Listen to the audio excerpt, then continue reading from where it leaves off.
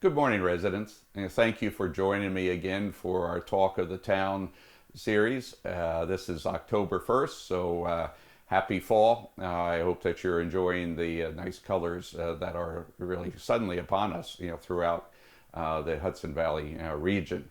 We're, here today. I want to share a couple of areas of insight with you, including the update, as I always do, on COVID-19 and its local impact. But first, I'd like to talk with you briefly about the town board meeting that was held last Monday this week on the 28th of September.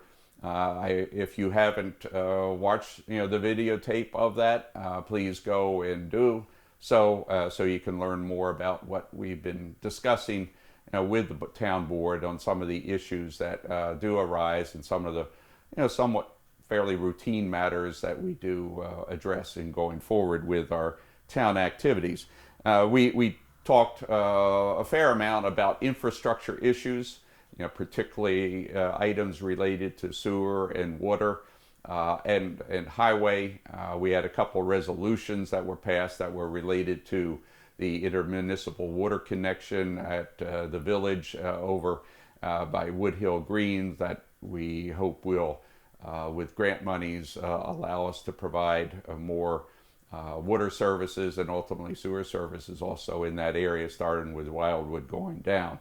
Related to all that, we did have the town engineer discuss with the board 3 new grant applications that we have submitted relating to the water and sewer infrastructures in order to try to be able to get funding that will enable us to build out the systems appropriately for you. So we really look forward to your comments and participation in some of these dialogues and discussions, since they really affect you on a daily basis.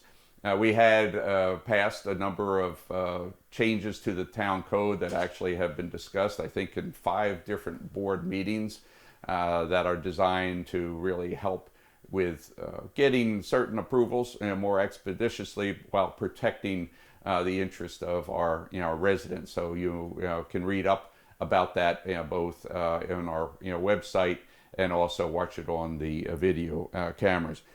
Park signs were once again discussed. I think this is about the 6th meeting. We always seem to get some last minute comments from board members when they probably haven't read their materials from the previous meeting, but we're getting close to having, I think, a consensus on the rules, regulations relating to the park, and hopefully having a more uniform approach to that. I view this as extremely important during this time of the COVID challenge. We've done everything we can to keep the parks open and safe, and they are all open and safe, despite some comments that were held during the board meeting. And we've continued to try to improve the services. So please continue to come in with your comments. They've been invaluable. I think the interest of the community in the localized parks is very important. And as you've seen, we've made some good progress in getting some playgrounds addressed, getting addressed general health and safety within the parks. And this will continue to be a focus of myself and our board in the days and months ahead, especially to try to keep them open throughout these challenging times. Now, you also heard about some preliminary budget matters. I will be presenting to the town board on the 5th of October. It's really a formality, but the budget that I and our controller have prepared, this budget is going to be continue to be a lean budget. We do have some cutbacks, not in fundamental services, but in order to try to limit the tax exposures to our residents. The budget that I'm submitting has no tax increases over the previous year. We're holding it flat, and hopefully that's the way the board members will see it during our discussions on the budget. Those meetings again will be open to the public throughout the month of October. Stay tuned for the scheduling that's going to be listed on the agenda items as noted in our town website. But there are huge fiscal challenges for all of us. But the town, though, I think is one that is trying to recognize what is really the bigger challenges that all of you are facing. I know we can't begin to really compare with those challenges that you have, so we're going to try to do our best to maintain all the essential services, whether it's highway infrastructure, and also allowing you to get permits for your home DIY activities. But we will be having a lot of public discussion on this very important budget going forward. We also, last but not least, we had a discussion during the meeting because of a bond proposal for performance bond relating to a gas station on Route 376. Hopefully we'll eliminate that eyesore and what had been a contaminated property with a much more desirable gas station. There's some local issues which the zoning board has addressed already in its approval. But again, some fine tuning that I think the zoning board does as it continues, the planning board does as it continues to monitor the developments and issuance of permits. Next focus on COVID-19. As we have seen in the news, a number of areas, particularly in New York City, that have had spikes in their numbers.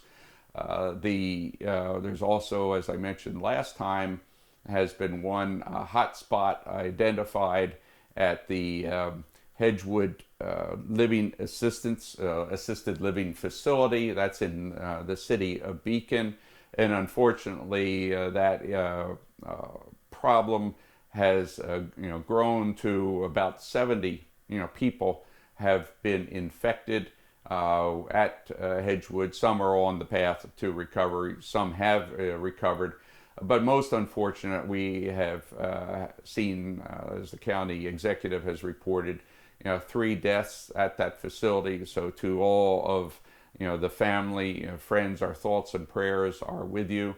I think the mayor and the city administrator are doing a fine job in containing the issue with the quarantines, the lockdown, but still there are people that are at risk, and we're hoping that that can be resolved quickly.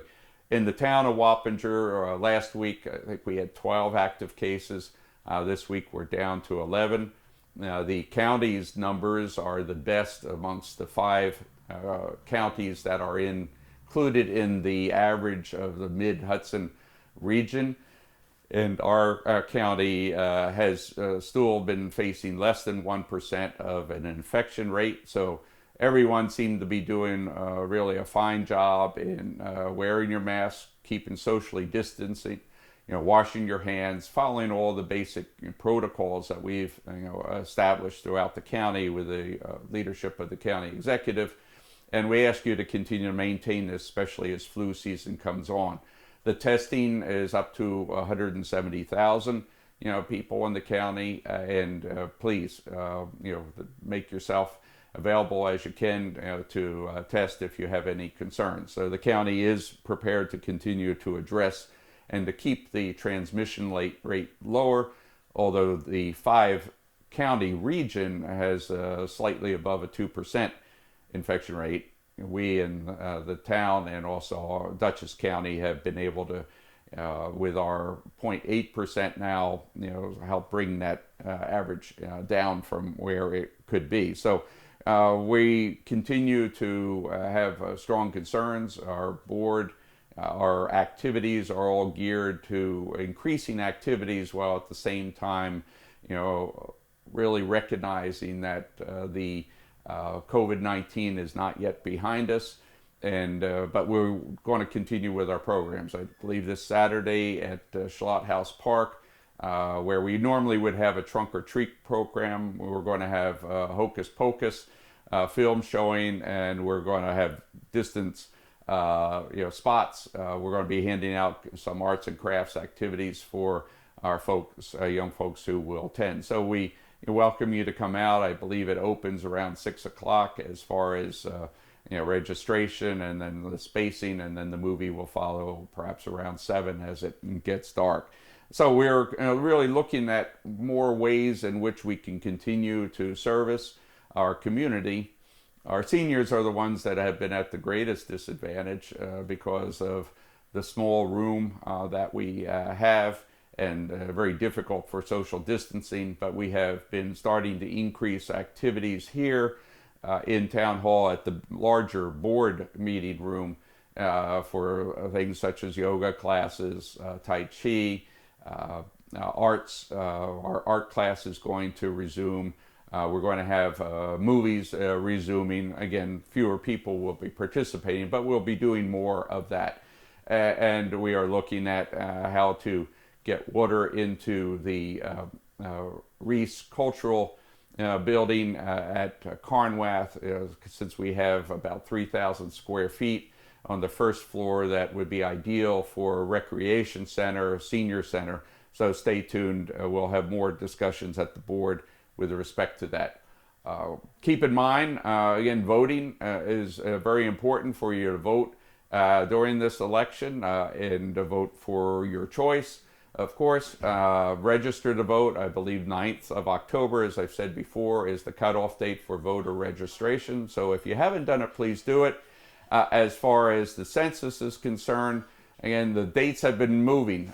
They've been somewhat fluid. The court had issued an injunction saying the end of October. Now the Department of Commerce is saying October 5th. So during the next couple of days, please get in your census results. That does have a significant impact of billions of dollars of aid throughout the country, but especially this county. And as we see the county budget struggle, we also are looking forward to some aid from the federal government. And there are a number of bills that are determined by actually the 2010 census numbers, where we had pretty strong showing. So please get out. We are just about 72%. I'd like to see a much greater number, because that will lend a greater certainty to our ability to get federal funds and grant monies that often are passed through the county. It's not just always a direct flow through. So go to www.2020census.com if you have not yet filled in your questionnaire. So during these days that come ahead in the fall, please get out to our lovely parks to enjoy the nice weather and the trees. Carnwath is very beautiful at this time of the year. In the meantime, should you have any questions, feel free to stop by or give me a call, and we'll get back to you as soon as possible. In the meantime, until we get together again, please stay safe and remain well. And thank you very much for your assistance and cooperation and understanding.